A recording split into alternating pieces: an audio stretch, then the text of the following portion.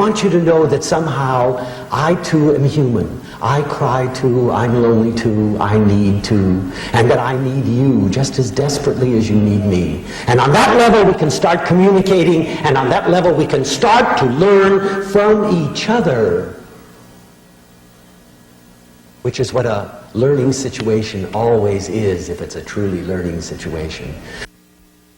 Dr. Leo Buscaglia, Professor of Education at the University of Southern California. In an address before an audience at the University of California at Davis, Dr. Buscaglia takes us on a journey into the world of human potential in The Art of Being Fully Human.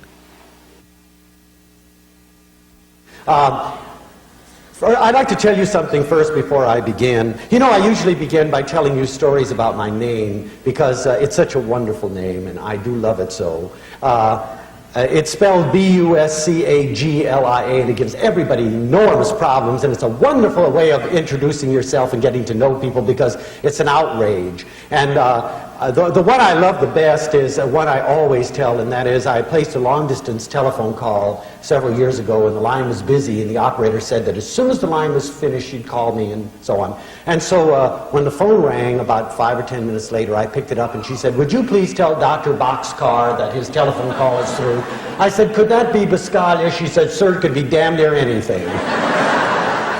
And it's the truth, and not only that, but most of you know, if you've read my books or anything else, that my name is really not Leo. Leo comes from my middle name, which is Leonardo, and that's nice too.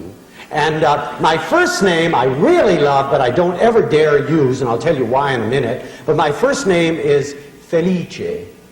And that means peace and joy and love. Those of you who speak Italian know. So if you see it all together, it's Felice Leonardo Buscaglia, which is like a Verdi opera, you know. I love it.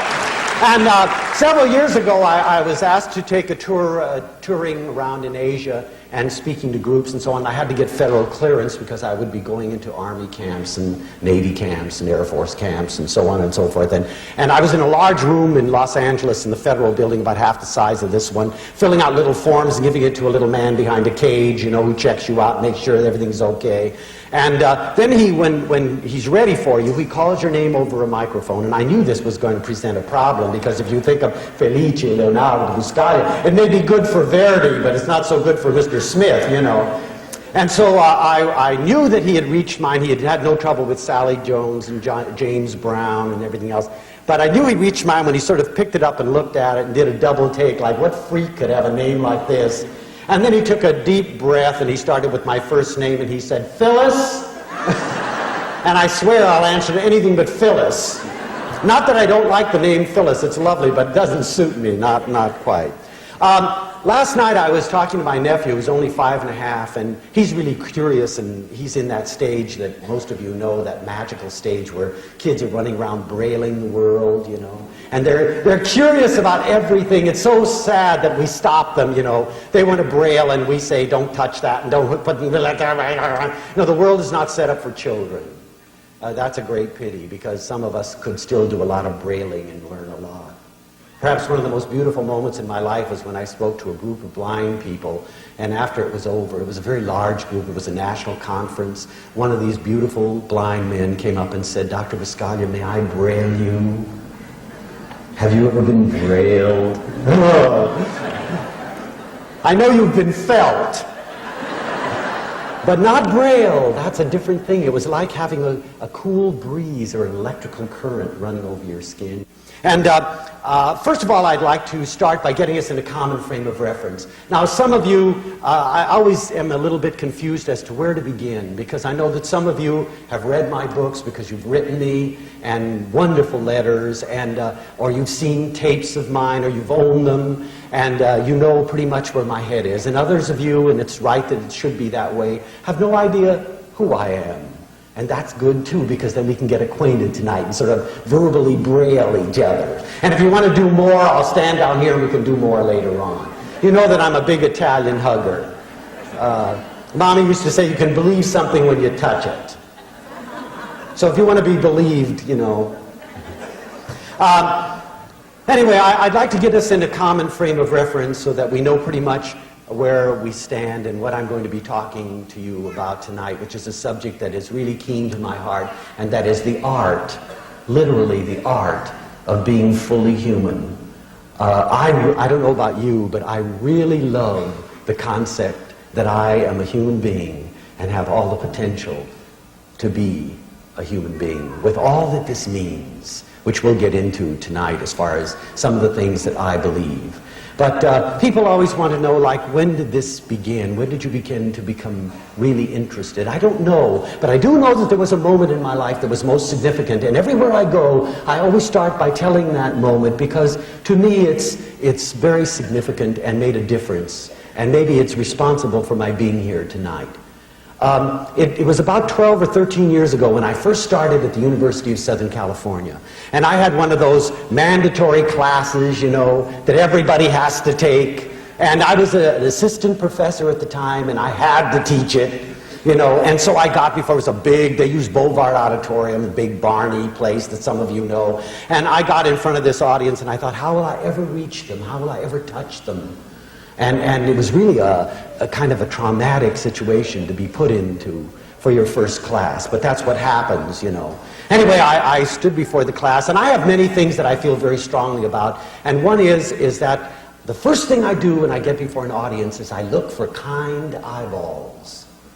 When the audience is in blackness, I'm lost. Talking to myself is not one of my passions.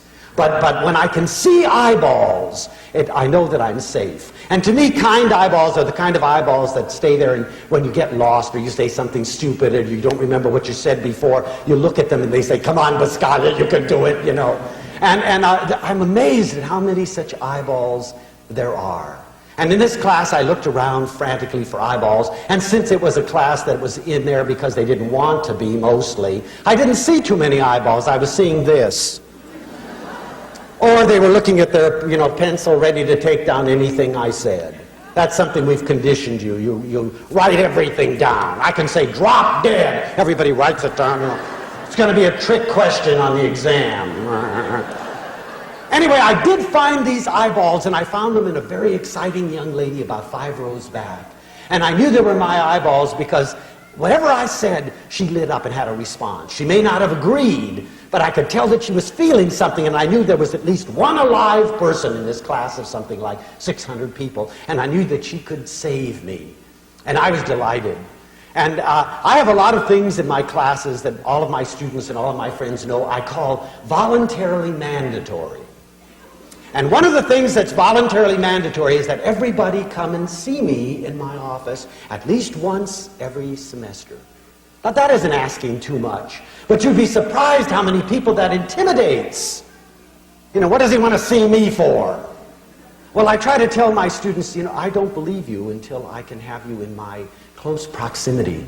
And also, since I am a passionate Italian, I will believe you when I touch you. So when you come and see me, I'm going to touch you.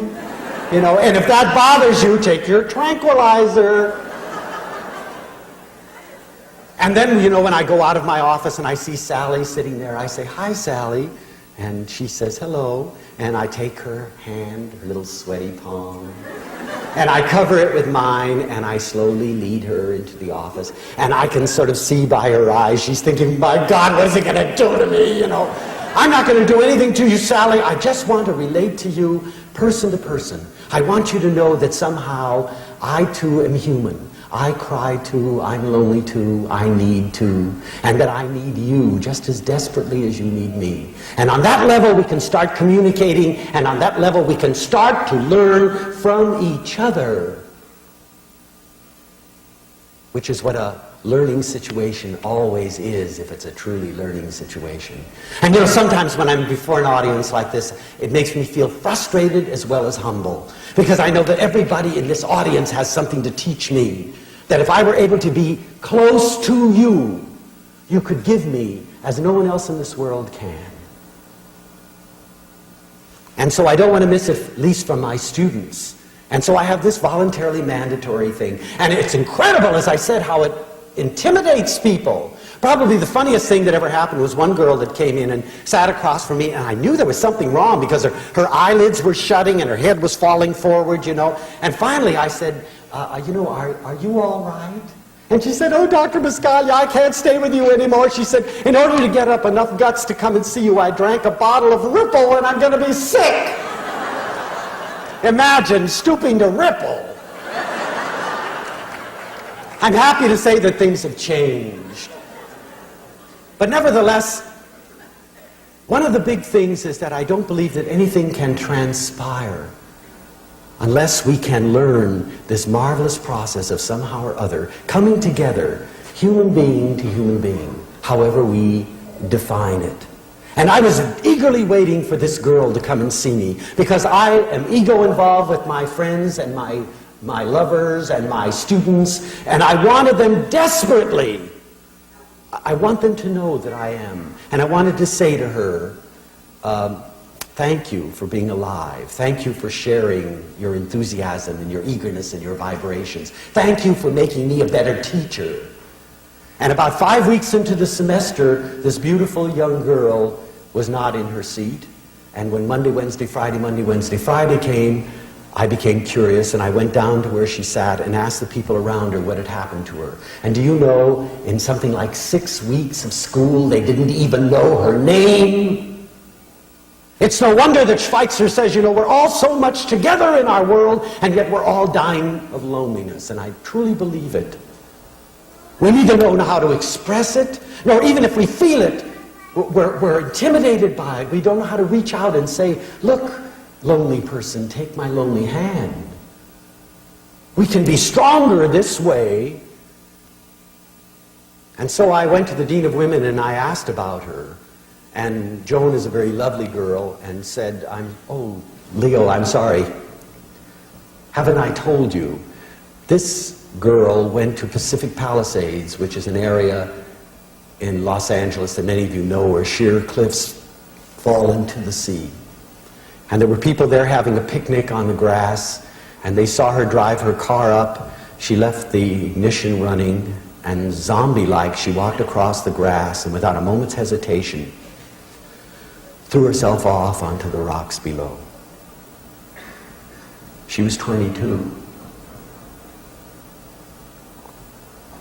It was a good thing that happened to me in a tragedy. Because all of a sudden I asked myself, what does it matter that we've taught this girl to read and to write and to spell and to do all the things that we think are essential if no one along the line taught her the sacredness of being alive and taught her the dignity and the wonder of her own personal self so that she could easily take it?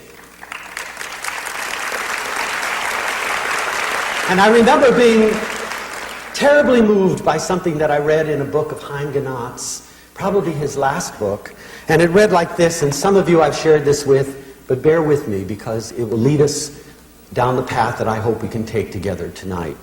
It's a very poignant thing, and it's written by a school principal who gave this to Ganat. She said, I am a survivor of a concentration camp. My eyes saw what no person should witness. Gas chambers built by learned engineers. Children poisoned by educated physicians. Infants killed by trained nurses. Women and babies shot and killed by high school and college graduates. So I'm suspicious of education. My request is, help your students to be human. Your efforts must never produce learned monsters, skilled psychopaths, or educated Eichmanns. Reading and writing and spelling and history and arithmetic are only important if they serve to make our students human.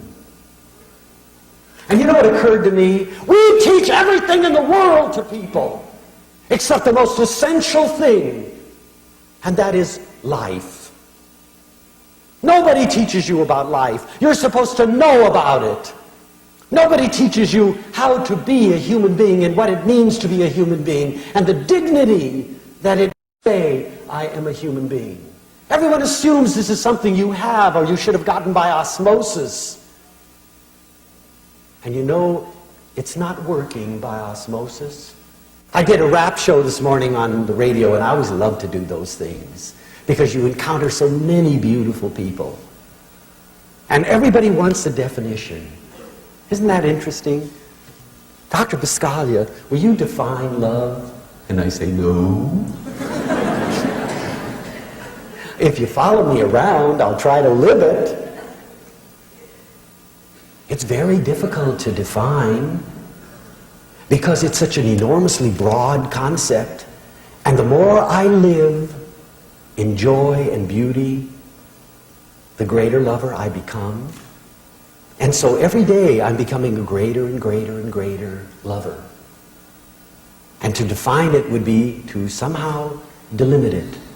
But at least along the way, I kind of have an idea where I am. But I also know that if I put my hand out, you could give me new definitions, new strokes, new ideas. And together we could grow to the extent to which we can all of a sudden realize that we're not individual lonely lovers. We're all one, you and me. You know, there's one thing I'm sure of. There are maybe 2,000 people here tonight. There isn't one person who hasn't known loneliness. Isn't that wonderful? There isn't one person that hasn't known despair. Isn't that wonderful? There isn't one person that hasn't cried. But also, there aren't many that haven't laughed, that haven't known joy. And in all those ways, we can communicate we're alike. Because I've known it too. And we're all involved in the same struggle to become fully human, which is the best thing we can become. And what a goal. What a wonderful goal. You know, I always think of Thoreau, that marvelous man, and the statement that he made, "O God, to reach the point of death, only to find that you have never lived at all." What a tragedy when life is your prerogative. It's your right to live. It's your right to know joy. You know, I had a Buddhist teacher once that used to talk about, and the word excites me, rapture. Have you ever known rapture? Oh, you've known ecstasy and joy and all of those things, happiness, but have you ever known rapture? Well, do you know rapture is your right as a human being? Don't leave life without knowing rapture. And so to me, probably the most exciting thing in the world is the realization that I have the potential of being fully human. I can't be a god, but I can be a fully functioning human being. And what I'd like to do tonight is talk to you about some of the things that I think that are essential in order to become a fully functioning human being. And if I want to continue to be a fully functioning human being under these lights, I'm going to have to start taking my clothes off. And so this is number one. And you can join me, you know, just let's go. I think really that the first thing we need to do to be fully functioning human beings is get back to the point again, and this is going to shock a lot of people and you're not going to like it, and I'm going to risk it. I'm going to risk not being liked in the first thing that I say. But I feel this probably more strongly than anything I'll say tonight. We've got to risk again by saying that I like me. We've forgotten that you cannot give to anybody in this world what you do not have. And therefore you must concentrate on getting. You must become the most beautiful, sensitive, wondrous, magical, unique, fantastic person in the world. Not to stand in front of a mirror and say, "Mirror, mirror on the wall, who's the fairest one of all? You sweet old thing." That runs thin. But to be able to say that I have all of these things so that I can give them away and share them with you. Think about it. If I don't have wisdom, I can only teach you my ignorance. If I don't have joy, I can only teach you despair. If I don't have freedom, I can only put you in cages.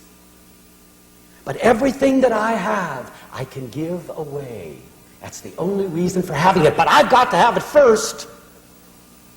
And so I dedicate myself to becoming the best Leo the world has ever known. And I send you on your voyage to become the best you that you've ever known. And you know, there's one thing that I will not have. I love you so intensely I can almost not stand it. But I will not have anybody playing follow the guru. Because when you start following my way, it will lead you to me and you will get lost. The only way to follow is your way. Because do you know something that maybe you've forgotten? Because nobody has told you this for many, many years. You are uniquely something that will never occur again in the history of the world. You're that magic combination that will never be again, and I don't care who you are. How exalted you feel or how lowly you feel, every one of you is something unique and special. I wish we could tell this to children early so it doesn't take you a lifetime to find it out. Every one of you has something to give that only you can give. You have a unique world. You know, people who have studied perception and sensation know that every one of you sees the world in a unique way. The same tree we don't observe in the same way. Wouldn't it be wonderful if we could share that tree and see it in 2,000 different ways? Just the concept sends me in orbit. And yet I hear people constantly saying, what have I to offer? You know what you have to offer? A central piece of the crossword puzzle. That unless you assume the responsibility, that picture will never be complete. And I'm convinced that we still have misery, despair, agony, all of those things because people didn't actualize themselves and complete their piece of that wonderful crossword puzzle. Because if they had, the picture would have been clearer. You have something to paint on that tapestry or weave that's uniquely yours. Don't miss the opportunity. You are wondrous. You are magical. There is only one you. You know, next time you pass a mirror, look in and say, my goodness. You know, it's true. There's only one me. You sweet thing. Oh, if we could get into that. And you know, the wonderful thing is, too, that it doesn't matter where we are in that you. We're only just beginning. Because do you know that no one has ever been able to find a limit to human potential or to humanness? You are unlimited in possibilities. Erich Fromm says the pity in life today is that most of us die before we are fully born. Don't miss yourself. How wonderful it would be. You know, Elizabeth Kubler-Ross tells us that the people that scream the loudest on their deathbeds are the people who have never lived. They've been observers of life, but not active participators. They've taken no risks. They stood on the sideline. Every time we put our hand out to someone, we run the risk of being slapped. But we also run the risk, a 50-50 chance, which is better than you can get in Las Vegas. You also get a chance of somebody reaching out and petting you and saying, nice little monkey. Try it. Remember what I wrote in Love, that wonderful quote from William Faulkner, Wild Palms, when he said, if I had to choose between pain and nothing, I would always choose pain. And so would I. The opposite of love is not hate, it's apathy. It's sitting around thinking that existing is life and wondering why you're bored. And the thing that goes along with that is that if you are bored, you're probably boring as hell.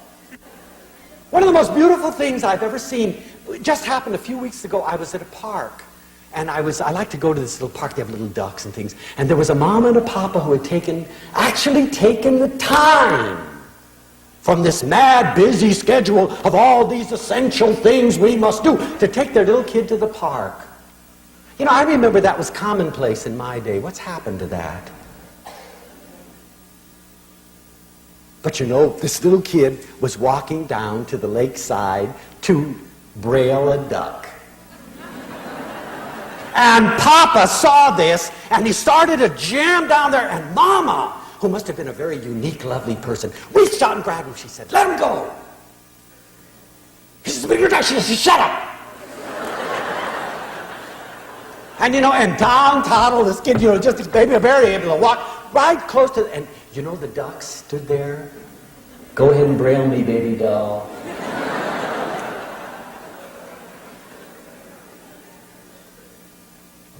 This tale has a happy ending. The baby didn't drown.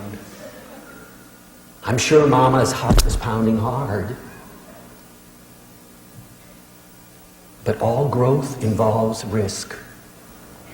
I'm one of those crazy people who loves to go down and let everybody know that I see them. Heaven knows so many of us are blind because nobody sees us. We're sure we don't exist. And so I walk down the campus and I say, "Hey, good morning, hi, how are you?"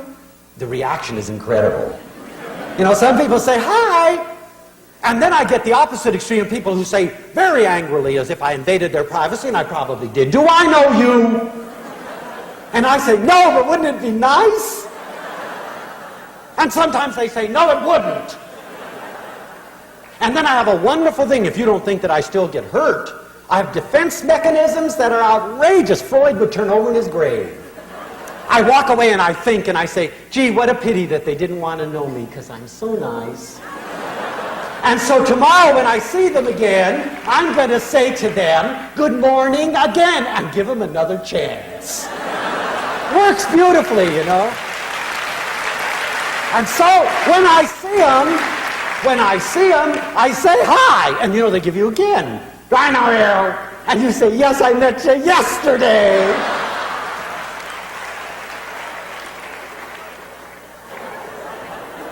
Oh, learn to risk again. Go back to that point in childhood where the whole world was a gigantic, wondrous mystery that you had to understand. Get hooked on it. Say to yourself, "I want to know everything. I want to feel and touch and taste and understand everything. And there isn't time of life to do it all in. So I've got to do it now." And value every moment as if it really is your last. Don't just talk about it. Live it. Because it might very well be. You know, lots of people look at death as if it's a real villain. I have come to the point, happily, where I've made a peace with death. I see death as a very positive force because it tells me that I have a limited amount of time and it plays no tricks. You know, death has told us all that from the time we were born. It's never hidden itself away. If it's hidden, it's because we've hidden it. No one will get out of this world alive.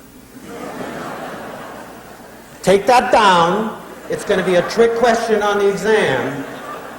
But you know, there are actually some of us who believe we will. We act as if we have forever. "Oh, I'll do that tomorrow. I've always wanted to climb a mountain. I'll do it tomorrow." You never will. My students say, "When I get out of school, then I'll be free to read." I say, "You will not. If you're not doing it now, you never will read." Now's the time. Don't wait until tomorrow to tell somebody you love them. Do it now. Freak them out. You're on the phone, long distance. "Hey, Mom, this is Felice." "Yeah, I know it's 3 in the morning. Hey, I just have something to tell you. I love you." Now, if she doesn't die of a heart attack, it may be one of the most significant moments of her life. I'm always getting people to say, "Well, she knows that." Maybe she does. But do you ever get tired of hearing it? Say it now. There are lots of ways of saying it. Reach over and touch her. Squeeze. Tell him. Go home and wake up the kids. Hey! I love you, I love you, I love you. My God, Mama's gone crazy.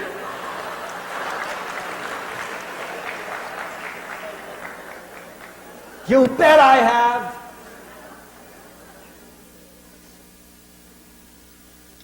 So remember that it all starts with you. And you can't celebrate anybody else in this world until you celebrate yourself. With all your kookiness, your forgetfulness, even your ability to hurt. One of the greatest attributes we have is this marvelous attribute of forgiveness. I forgive you for being less than perfect. And I will demand that everybody else be perfect the day that I become perfect, so you're all safe. And so you celebrate yourself and your humanness with joy and with wonder and with magic. And then along with that, and perhaps if we have to number them, 2, you celebrate others. Oh, the joy of my celebrating you. You know, most of you who know my work know that I'm a leaf freak. I love leaves, and fall is my favorite time of the year. Fall to me is complete magic. And I like and worship leaves. They say so much to me. And so when fall comes, and I am surrounded by sycamore trees that are deciduous and the leaves fall, I like to leave them there. In fact, I like to collect them up and bring them in and put them one on each desk of each of my students. You know, there's that crazy Biscaglia again. You know, I say, isn't it incredible? Isn't a leaf a miracle? You know? And then I start talking about sensation and perception, using a leaf as an example. Then all the people that knocked it off lean over and pick it up, you know. They didn't know it was part of a lesson. Now it's significant. But that old leaf wasn't significant just in its own. I remember a wonderful blind girl in the class. When we were sharing our feelings about leaves, somebody said, oh, doesn't it sound good and doesn't it look pretty and look at the little veins, and we were sharing all these things about what we saw. And she said something none of us had thought of. She said, doesn't a dry leaf smell good? And I like leaves. And so if you ever see my house in the fall, I have very clean, neat neighbors. And it's clean, clean, clean, clean, clean, clean. Biscaglia's house, their perception, dirty, dirty, dirty, dirty, dirty. And then clean, clean, clean, clean, clean. You see? In fact, one of them has one of those machines that actually vacuums them up. And you see the leaves going, ah! I can't watch. My leaves are safe. And once I was having a seminar, I always bring my students to my classes, from my classes to my home, because I want them to walk into another, I want them to see me in a more human place. And so I like to share my house, because my house is me. And so we were there having a seminar when my neighbors came, and they are beautiful, wonderful people. They're just clean. And there's nothing wrong with being clean. And so they knocked at the door, and I left the seminar for a minute. I went there, and they said, you know, Leo, we know that you travel on weekends, and you work at the university all hours, and so on and so forth, and you haven't got time to do that. Now, we have this marvelous machine. We'll do it for you. Now, you know, they really are loving neighbors if they do that for me. And so I said, no, that's okay. I really didn't know that my leaves bothered you, and I'll go out and clean them up. And so we talked a few minutes, and then they left. And then I walked in the room, and of course, my students were incensed. Cop out! You should have said, this is my house and I'll do it. I said, shut up! I'm a real non-directive counselor. Mama taught me that. There was never any confusion with that woman. She said what she felt and she said it loud. I said, get out there and pick up those leaves. And and then I said, clean them all up, put them in barrels, and bring them in and dump them on my living room floor. They didn't believe that. You mean it seriously? Yes, I mean it seriously. Nobody can tell me yet what I can have on my living room floor. And so we dumped those wonderful things on my living room floor, and we sat on the leaves and continued our seminar. And listen, sometimes, I really need my neighbors. I'm glad they're there. Sometimes by giving up something of a lower order, we achieve something of a much higher order. I had my neighbors, and they were happy. And I had my leaves, and I was happy. And it was a very simple thing. And do you know that most divorces and most breakups in relationships that could be beautiful happen over stupid, insignificant, crazy things? I want a divorce. She squeezes a toothpaste tube in the middle, and it drives me crazy. My God, buy two. One, she can squeeze in the middle, and the other you can be neatsy-poo, curl, curl, curl, curl, curl, and you can both be happy. He drops his clothes all over the house, and I'm his maid. You're not his maid unless you want to be his maid. Leave it on the floor. Walk around it. But what will the neighbors think? Well, the neighbors it'll be their little problem. They come in and they say, what's this? 6 coats on, oh, they're my husband. Isn't he cute? He loves his coats on the floor. And I just leave him there. He has such a nice time sorting them out in the morning.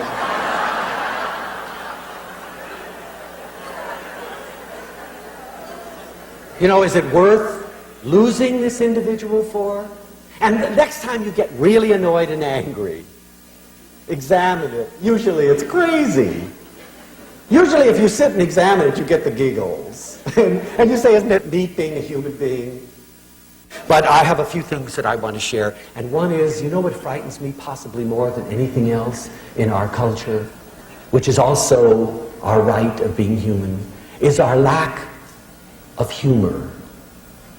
We take everything so damn seriously. We've forgotten how to laugh.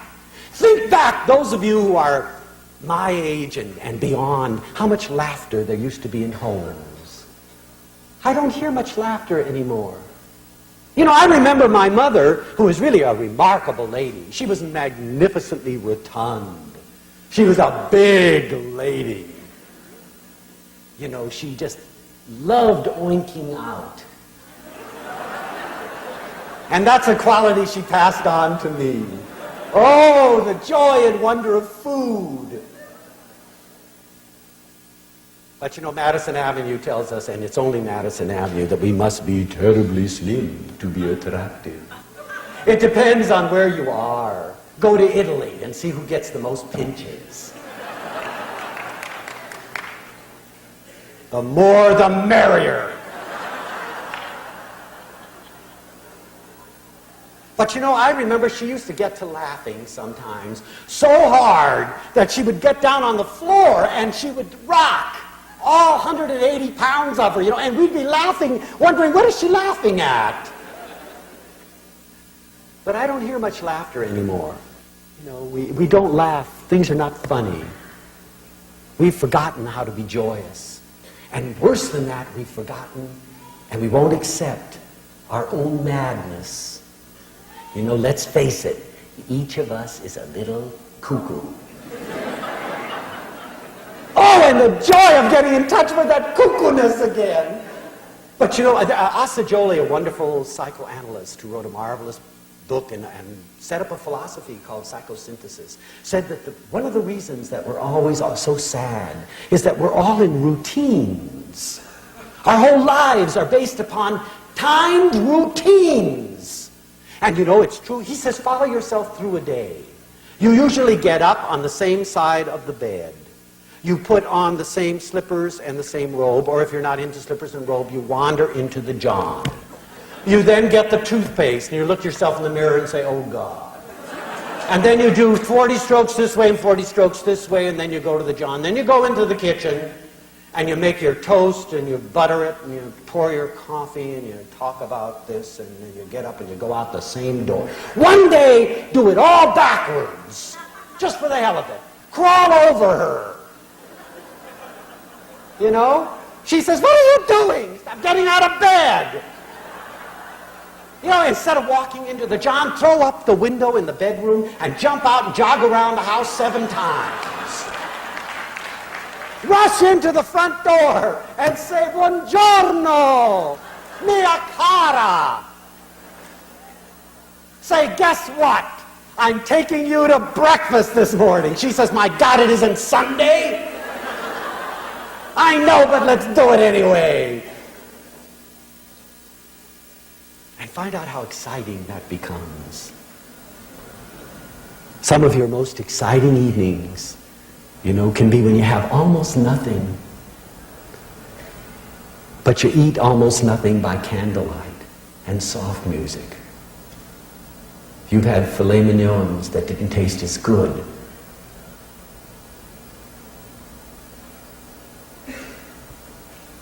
Live nutty. Just occasionally. Just once in a while.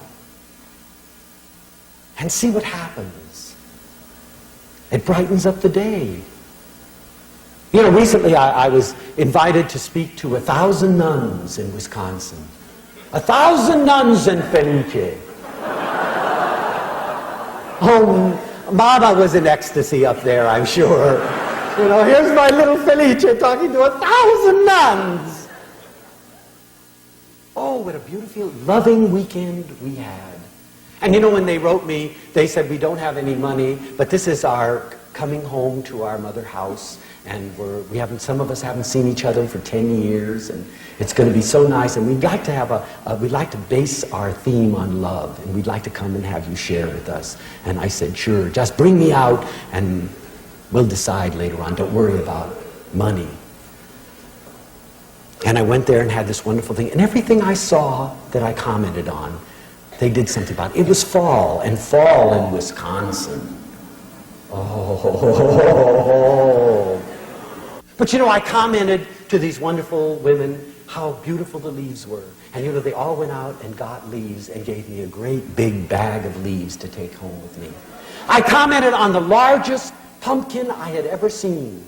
Wisconsin pumpkins are freaks. Enormous. They gave it to me. There was a sister there that made bread that was worthy of any gourmet table. I almost wept. You should see me at a good table. I do cry. You know, I'm saying, dude, what's the matter, Biscotti? Oh, this is so good. She gave me 2 loaves of bread. And then just before I got on the plane that evening, very late, it was a red-eye flight on Continental out of Chicago. Some of you have been on them. 747, nobody on it except stewardesses. And me, with my pumpkin, and my bread, and my leaves. You know, none of those things, think about it, you can't check a pumpkin, a bag of fall leaves, and I carried them all out. I'm sure they would have stopped me if it had been anything else, but there was nobody in the plane. And so I sat down there, and they put first coffee, tea, and milk. You know, and after that routine was over, then they dimmed the lights, and there's nothing really quite as wonderful as being 100 miles in the air, in dim lights, you know, very quiet, going from nowhere to nowhere, someplace suspended. And all of a sudden, madness occurred to me. And I thought, oh, I know what I'm going to do. And so I went in the center section, and I picked up all the arms, and I took my leaves, and I laid them out.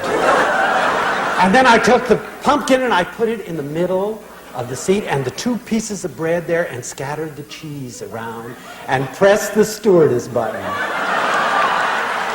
You know, and here came this poor tired girl, you know, sort of sauntering back, waiting for coffee, tea, or milk. And I said, look,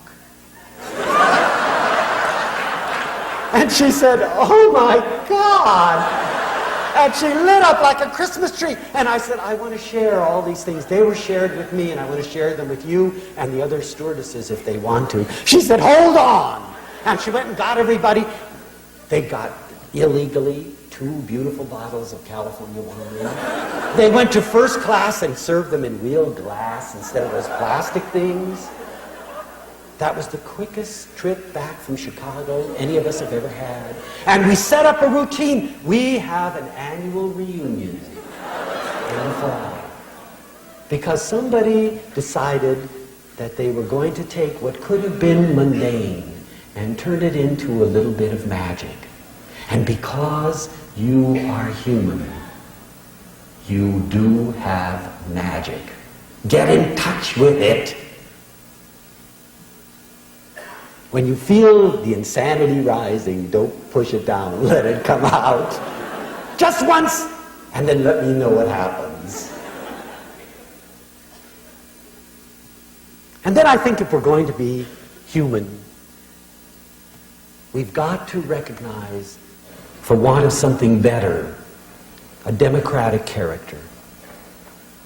And that means the realization that there is nobody better or worse than we are.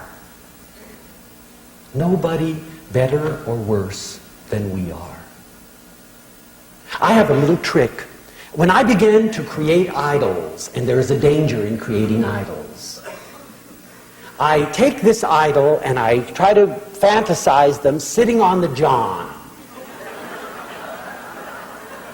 Boy, does that make them human fast. You know, do it. Think about it. Farrah Fawcett Majors.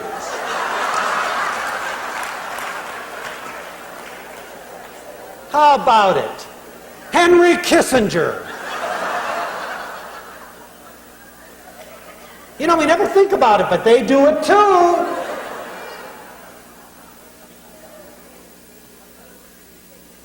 I think sometimes we tend to forget that everybody is human.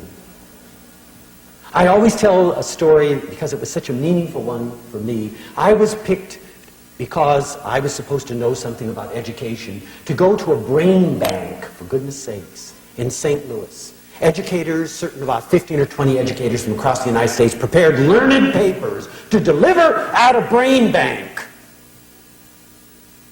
And we went there, and for 3 days we listened to learned papers. Good God.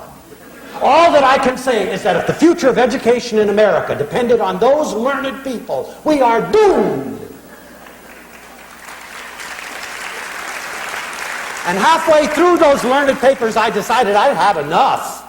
The madness came up. And I said, "Excuse me, excuse me, excuse me, excuse me," and I disappeared. And I was walking along the river, and I saw a little old man, no teeth, really what we would call dirty, because we're clean. You know, it's all relative. Drinking a bottle of old, cheap California wine, piece of cheese, big grin on his face, sparkly, Kris Kringle eyes. And I passed by, and I almost passed him by. And he said, "Good morning, son." Anyone who calls me son is my buddy. So I sat down and we started rapping. We shared the wine, we shared the cheese, and we also shared philosophy. And I said to this man whom we might have passed by, I said, "You know, you look so happy and contented and centered and peaceful. Do you have a secret to life?" He said, "Indeed I do," without a moment's hesitation. "Indeed I do." I said, "Would you share it with me?" "Of course, son." He said, "If you want to live happy all of your life, always keep your mind full and your bowels empty." Now there's wisdom. Nobody asked him about a brain bank. They should have, because I think the converse in our country is mostly true. The democratic character allows everybody to be in proper perspective. Don't envy anyone. You are the magic. It's here, and I love it. And some of you have heard it because I've read it to you before. And it's okay because I want to read it again, and I love it every time I read it. It's something that was in the Journal of Humanistic Psychology, and it was written by an 85-year-old man who had just learned that he was going to die. And it says everything that I've tried to share with you tonight about being human. And magically. And this is what he says. And it's not depressing, it's gorgeous. He says, if I had to live my life over again, I'd try to make more mistakes next time. I'd try not to be so damn perfect. We have a fetish for perfection. I'd relax more, I'd limber up, I'd be sillier than I've been on this trip. In fact, I know very few things that I would take quite so seriously. I'd be crazier, and I'd certainly be less hygienic. Madison Avenue, don't tell anybody, has us in a trap. You know, they've got us now. I remember when I was just a kid growing up, everything that was necessary for personal hygiene we did with one bar of Ivory soap. Now we have a little squirt for this and a little squirt for that, something to put here and something to wash it out and something to add it and something to make it softer and something for that. And female deodorant and male deodorant and baby deodorant. We go into the John now and emerge 1 hour later. And then at night we go in and do everything in reverse. Oils and greases. And it's ridiculous. We're so clean we don't even know what we smell like anymore. Human odors are offensive to us. We're being alienated from ourselves. Just once, go without washing for 24 hours and then smell yourself. My God, this is me! I'd take more chances, he said. I'd take more trips. I'd climb more mountains. I'd swim more rivers, and I'd watch more sunsets. I'd burn more gasoline. I'd eat more ice cream and fewer beans. You know, let's face it, we are deniers of ourselves, most of us. Every once in a while, do your thing. You know, I see people standing in front of the gourmet shelves thinking, should I buy it? But it's $6.95. You know, just once say, what the hell, I'll take 6. Oh, it makes you feel so good. You know, go home and say, what's for dinner tonight? Well, we have only this, but it was expensive. I'd have more actual troubles and fewer imaginary ones. Do you know that 90% of what we worry about doesn't happen anyway? Insurance companies know that. That's why they're so wealthy.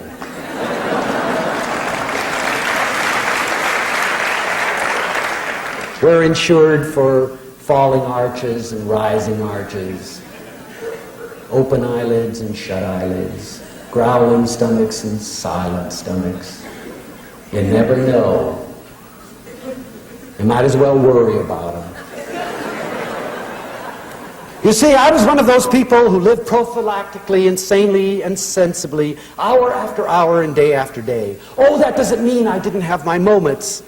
But if I had it all over to do, I'd have more of those moments. In fact, I'd try to have nothing but wonderful moments, side by side. Living the now, not missing the now. Because that's what life really is, a wonderful series of nows. Not tomorrows, they may never come. Not yesterdays, they've been and there's nothing you can do about it. So you made a mistake, so tough. But there's now. Don't miss it. Everything else is illusion, except what's happening between you and me right at this moment. Don't you know?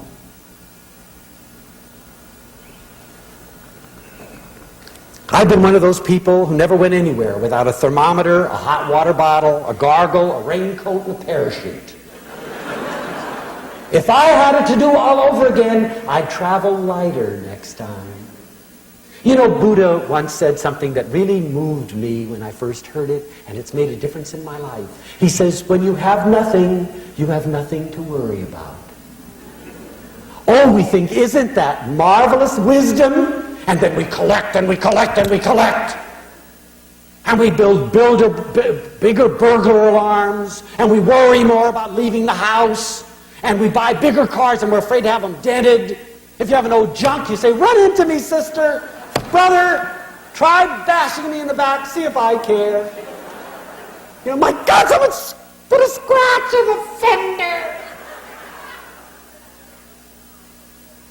If you have nothing to worry about.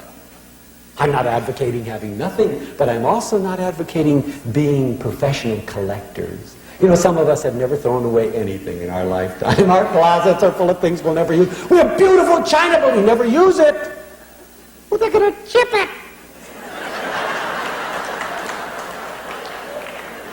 You know, just once, take one and go, gone. Show them who's boss. That was $38.50, Buster. But it was just a thing. If I had my life to live over again, I'd start barefoot earlier in the spring, and I'd stay that way later in the fall. I'd play hooky a lot more. Don't you know that morning when you say, oh, I would the one morning that you say, I'm gonna do it. I'd ride more merry-go-rounds. I'd smell more flowers. I'd hug more children. I'd tell more people that I love them. If I had my life to live over again. But you see, I don't. You know, I have a strong feeling that this wonderful quality of humanness, with all of its wonder, is God's gift to you. And what you do with it is your gift to God. Don't satisfy yourself with anything less than offering God the perfect gift that you are. And have a blast doing it. Thank you.